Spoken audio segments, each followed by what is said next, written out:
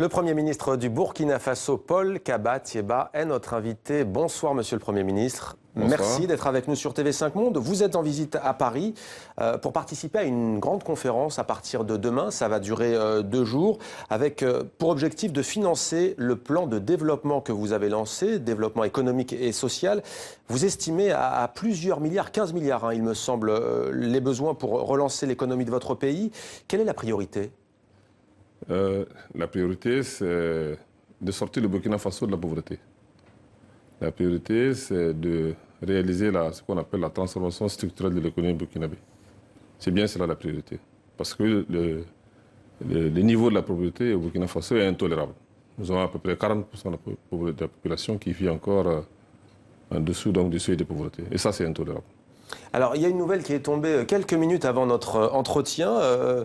C'est Standard & Poor's qui a décidé de maintenir sa note. Donc, c'est plutôt positif pour vous. Une réaction ? Oui, j'aurais préféré que la note soit améliorée, mais je garde un bon espoir parce que les réformes que mon gouvernement a entreprises, me semble-t-il, vont dans le bon sens.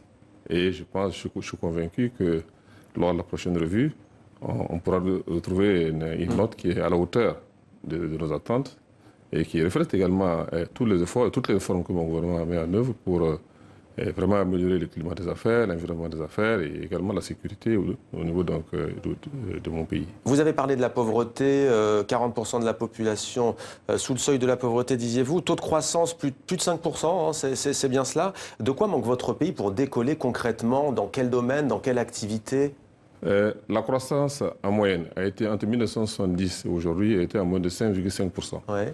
Le croît naturel de la population est de 3,1%. Ça veut dire que le taux de croissance du PIB par tête d'habitant est inférieur à 2%. On ne peut pas lutter contre la pauvreté et de telles performances macroéconomiques. L'ambition du plan national de développement économique et social, c'est de casser, de briser des obstacles à l'augmentation de la croissance, notamment des obstacles structurels, tels que le manque d'infrastructures, notamment des infrastructures en termes d'énergie, des infrastructures également en termes de routes, de chemins de fer, aéroportuaires, Ouais.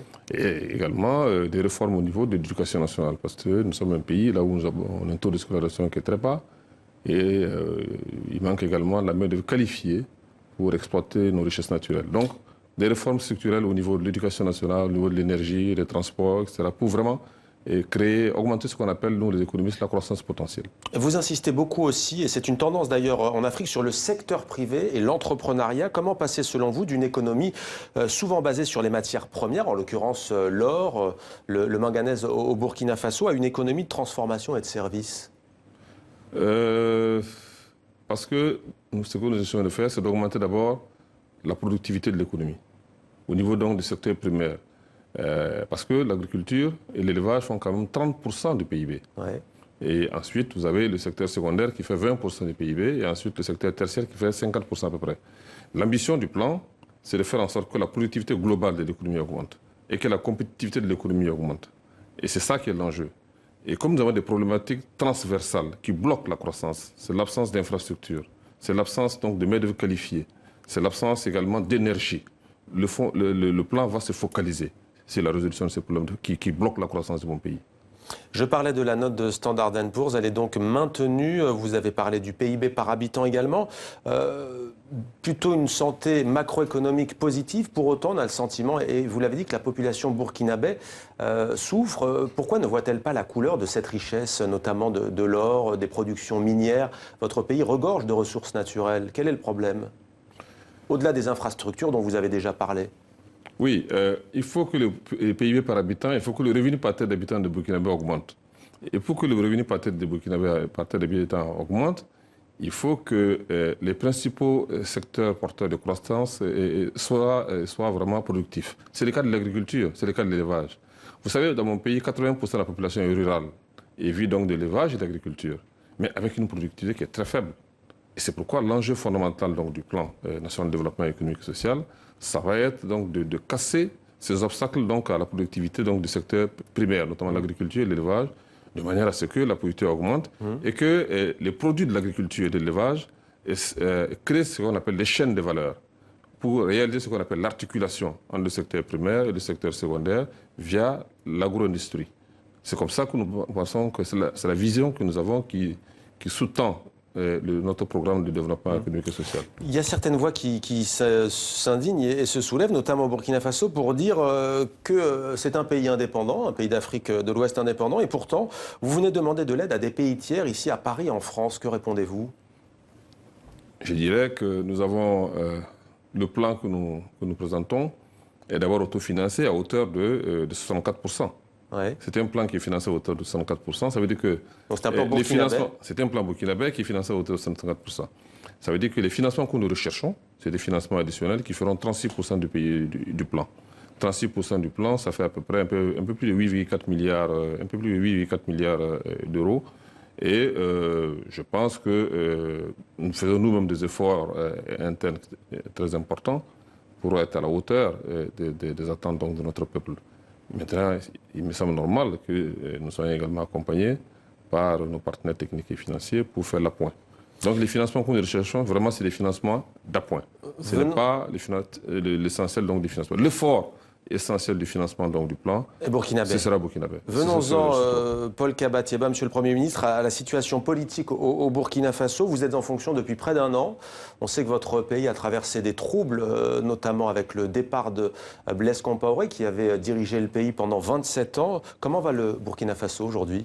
Le Burkina Faso va très bien. Je vous invite à y venir. Vous vous rendrez compte qu'il y a la paix, il y a la sécurité, il y a également un climat de confiance. Dans la mesure où la démocratie a été restaurée, la liberté a été restaurée. Maintenant, nous sommes en train d'opérationnaliser le plan national de développement économique et social.